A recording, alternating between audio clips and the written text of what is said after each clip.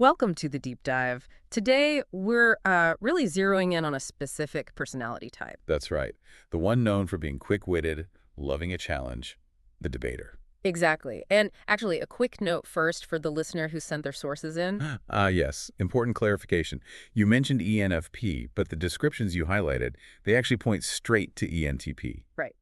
Also known as the debater. So ENTP is what we'll be exploring today.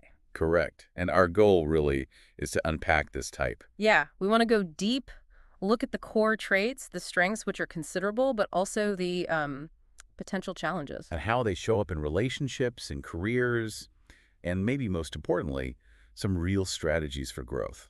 We've got some interesting source material. A guide on Notion habit trackers seems a bit random at first glance, maybe. And some texts really detailing the ENTP personality. Yeah, and we promise we will connect the dots between, a debater's mindset and something seemingly structured like habit tracking. Might be more relevant than you think. So yeah, let's get into it. Let's understand this debater personality. Okay, so the basics. ENTP, what does that actually mean?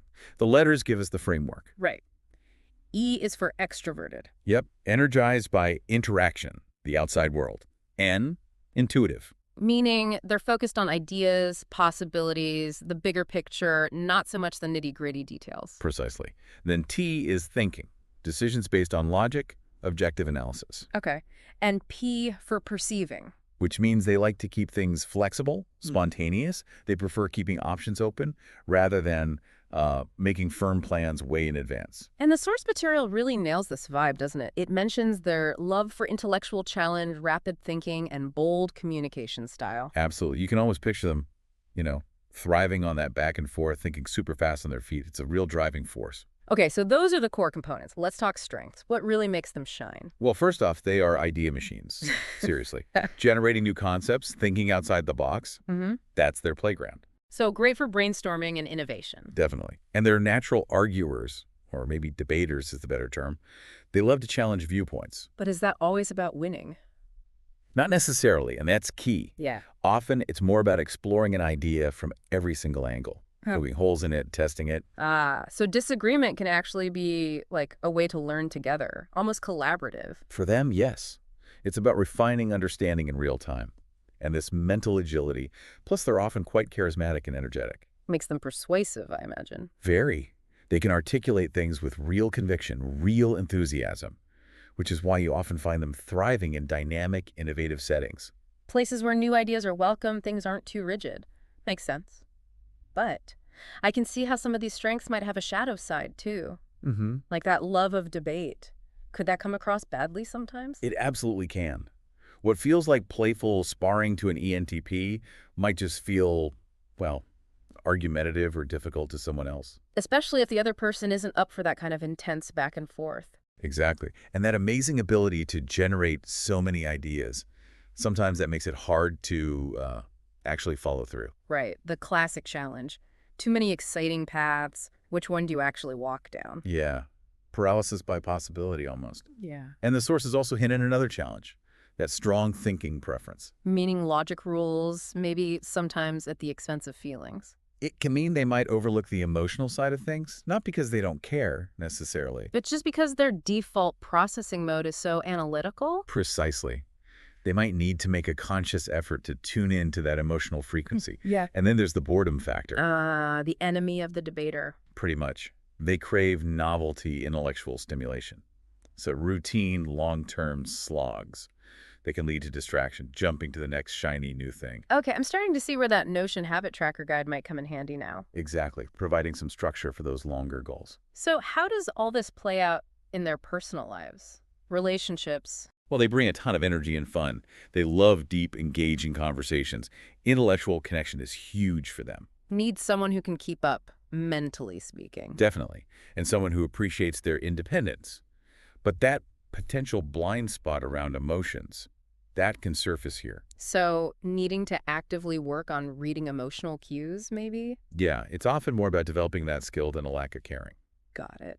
And career-wise, where do they tend to land? You often find them in fields that reward problem-solving, innovation, debate, think law, entrepreneurship. Startups, maybe? Yes, tech startups, consulting, even media. Roles with variety, challenge, and some flexibility are usually a good fit. They don't love being boxed in by rigid rules. Okay, that gives us a really solid picture. Strengths, challenges, how they operate. Let's pivot to growth. How can they leverage those strengths and manage the pitfalls? Right, strategies. Let's tackle that follow-through issue first. It's a big one for many ENTPs. The mind buzzes with ideas, but finishing, that's harder. Exactly. And this is where tools, like the Notion guide mentioned, or Trello, Todoist, things like that, can genuinely help. How so? What's the mechanism? They provide an external structure, a place to capture those brilliant ideas before they float away, and crucially, break them down. Making the big vision into smaller, manageable steps. Yes, that's absolutely key. It makes things feel less overwhelming, plus you get that little dopamine hit each time you tick something off. Makes sense. Any other tactics for follow-through? Setting public deadlines can work wonders. That external accountability adds pressure. Create states. Right. And partnering up with someone who is more detail-oriented, that can be a fantastic combination. Complementary skills. Leveraging teamwork. Yeah. Okay, what about active listening? You mentioned they can be formulating responses while others talk. Yes, that quick mind is already jumping ahead. So the strategies are about deliberately slowing that down. Like what? Reflective listening is one. Actually repeating back or summarizing what you heard before you jump in. Forces you to process their point first. Exactly. Another technique is actively asking yourself, okay, what can I actually learn here? Shifting focus from your thoughts to theirs. And journaling after conversations. Yeah, that helps reflect on what was truly communicated, not just your perception or what you were planning to say next. Builds self-awareness. These feel like very conscious practices. Good stuff. Now, that amazing curiosity, how do they focus it? Avoid spreading themselves too thin. It's about strategic channeling. One great tip is committing to one area for deep mastery for a set period, say 3 to 6 months. So dive deep. Don't just skim the surface of everything. Right. Allows for real expertise without totally shutting down exploration. And think of curiosity like a muscle stretch. Yes, but also let it recover. Build strength and focus. I like that analogy. And the one in, one out rule. Yes, a practical one. For every new shiny project you take on, you consciously finish or shelve an existing one. Keeps the plate from overflowing. Creates a bit of discipline around the exploration. Smart. Okay. Emotional intelligence. Big growth area. How do they build that muscle? It really starts with pausing. Before jumping into logical solutions, consciously ask, how does that make you feel? Or what's going on for you emotionally? Shifting from problem solver to listener initially. Yes, and actively learning about it helps. Reading books, like the mentioned emotional agility, provides frameworks. And then practice vulnerability. Ooh, the hard one. Often, yes. Sharing their own feelings, being open, even when it feels awkward. That builds connection like nothing else. Crucial for deeper relationships, personal and professional. Okay, last big challenge. Taming that fear of boredom. Novelty seeking versus the need for repetition and growth. Yeah, this requires a mindset shift. Reframing repetition not as boring, but as refinement. Like polishing a skill. Exactly. Each pass makes better. Also, find ways to inject novelty within the structure. Gamify tasks, have theme days for certain work. Make the routine less routine. Precisely. Keep that inventive mind engaged. And finally, regularly reflect. Look back weekly, maybe? Notice the small improvements that only come from sticking with it. That reinforces the value of consistency. Finding the reward in the process, not just the initial spark. Great tips. And there was that bonus affirmation too. Yes. Let me find it.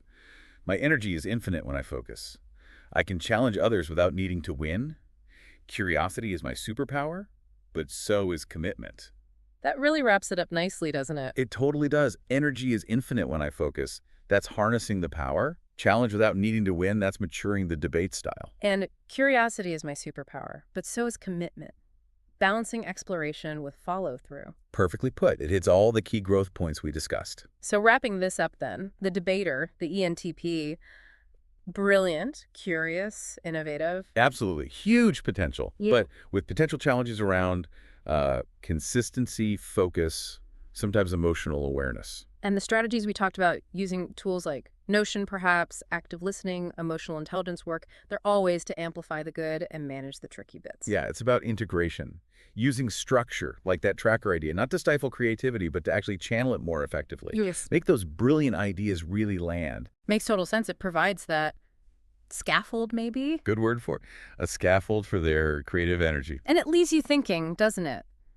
If just understanding these four letters, ENTP, gives us this level of insight, Hmm. imagine what digging into the underlying cognitive functions, the T, Ni, Fe, Psi for the experts out there could reveal. Oh, absolutely. That's the next layer down. It offers even more nuance about how these preferences play out. It's definitely something worth exploring further if you're interested in really understanding yourself or others. A fantastic thought to end on. Thanks for taking this deep dive with us today.